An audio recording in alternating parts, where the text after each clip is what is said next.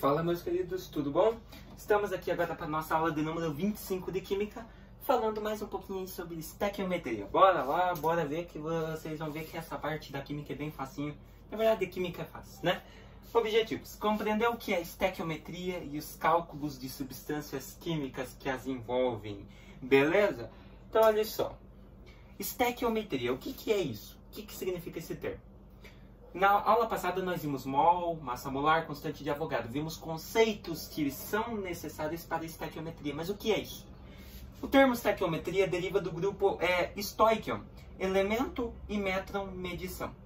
Em química, define-se estequiometria como sendo o cálculo da quantidade de substâncias envolvidas em uma reação química. Beleza? Então, total de substâncias químicas que estão envolvidas em uma reação, nós damos nomeamos de estequiometria. Ou seja, estequiometria é o cálculo da quantidade de partículas que tem um corpo, em uma reação, tudo mais. Beleza? Conceitos essenciais, então, da estequiometria. Retomando, o mol é derivado do latim mole, que significa porção ou quantidade, tá?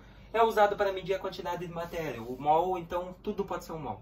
Tudo pode ser um mol, beleza? Um elemento, uma molécula, meia dúzia, tudo pode ser um mol. A gente viu isso na aula passada. Constante de Avogadro ou número de Avogadro, Na, é a constante de Avogadro, então, que equivale a 6,02 vezes 10 à 23ª. Isso representa que em cada átomo, em cada mol de uma substância, nós temos essa quantidade de átomos, ou de moléculas, elétrons e outras coisas, tá? Então, nós temos em cada mol de substância 6,02 vezes 10 na 23ª átomos, beleza? E temos daí a massa molar M. A massa molar M é a massa em gramas contida em 1 mol de substância. Ela é medida em gramas por mol, ou gramas vezes mol a menos 1, tá? Qual que é a diferença de gramas por mol? Gramas por mol é isso aqui, ó. Gramas por mol. Não tem diferença nenhuma. Você quer fazer o seguinte, você quer passar esse mol multiplicando. Então, se ele estava com o expoente dele positivo 1, todo o número tem expoente positivo 1, se ele vai passar em inverso, ele vai passar multiplicando, o expoente muda para menos 1. Então, é a mesma unidade, tá? Só que é inverso. Grama por mol, grama vezes mol a menos 1. Beleza?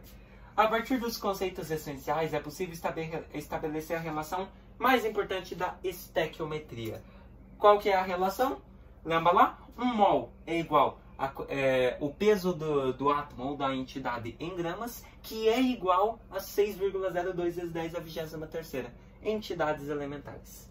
Beleza? Daí temos aqui uma foto do Amadeu Avogadro, né? Que foi o que descobriu aí esse grande número, tá? Então, em 1 mol de substância a gente tem o seu peso em gramas, e temos em 1 mol de qualquer coisa sempre 6,02 vezes 10 na 23ª átomos, ou entidades, né? Se você quiser, moléculas, elétrons, vai depender.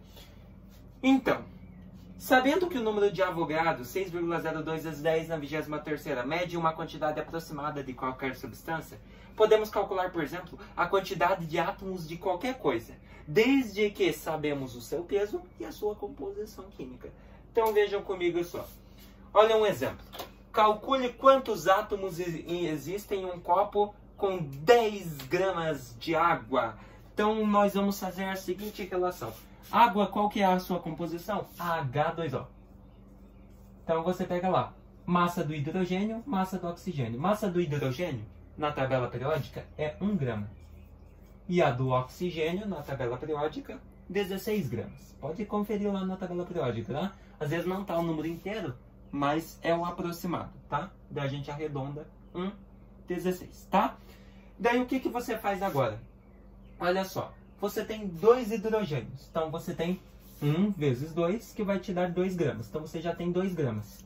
E o oxigênio, você só tem 1, 16. Então, soma esse 16 do oxigênio mais 2, que são do H2, você tem um total de 18 gramas. Então, a sua molécula de água, você tem que, em 1 mol de água, nós temos 18 gramas. Mas só que nós não vamos utilizar a relação de mol agora. Ele quer saber quantos átomos existem. Então nós precisamos utilizar a relação M, massa, é igual número de Avogadro. Beleza? Então veja só comigo. Você tem quem? 18 gramas de água, que é o que nós acabamos de descobrir, que é o que pesa uma molécula de água. Então, 18 gramas de água, 18 gramas de H2O, é igual a... Nós temos que o peso da molécula, de uma molécula de qualquer coisa, é sempre 1 mol. Então, você tem que 1 mol é igual a 18 gramas de H2O, e você tem que, sempre em 1 mol de qualquer coisa, você tem 6,02 vezes 10 a 23ª átomos. Tá? Então, em 1 mol, que é 18 gramas de água, você tem isso aqui de átomos. Mas ele quer saber quantos átomos, que nós chamamos de X, tem em 10 gramas de H2O. Então, aqui nós tínhamos 18, que nós já sabíamos que é isso aqui. Mas agora ele quer descobrir quantos átomos tem em 10 gramas de água, de H2O. Então, fizemos a relação, nós multiplicamos cruzado. 18 vezes X, 18x, que é igual 10 vezes 6,02. Isso vai te dar 60,02. Então, você tem 60,02 vezes 10 a 23ª.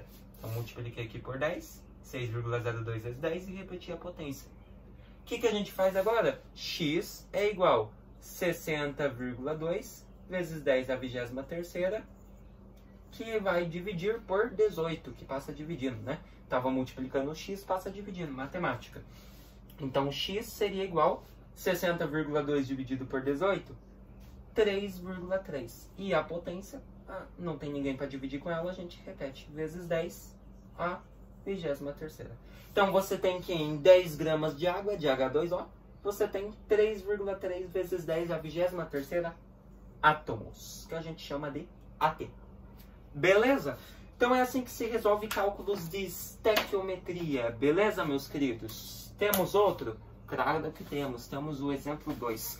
Quantos átomos há em 2 mols de ferro? Então, o que você observa só? Agora você vai utilizar a relação mol é igual número de Avogadro. Ele quer saber quantos átomos tem em 2 mols de ferro. Veja comigo. Você tem que em 1 mol, segundo a relação que a gente vê lá, nós temos 6,02 vezes 10 a 23ª átomos, né? Número de Avogadro. Mas ele quer saber quantos átomos, quantas entidades, que nós não sabemos, então nós chamamos de X, tem em 2 mols de ferro, ou seja, em 2 mols desse elemento. Multiplica cruzado, 1 vezes X vai dar X, que é igual 6,02 multiplica por 2, vai te dar 12,04 vezes 10 a 23ª. Não é isso mesmo? Sim.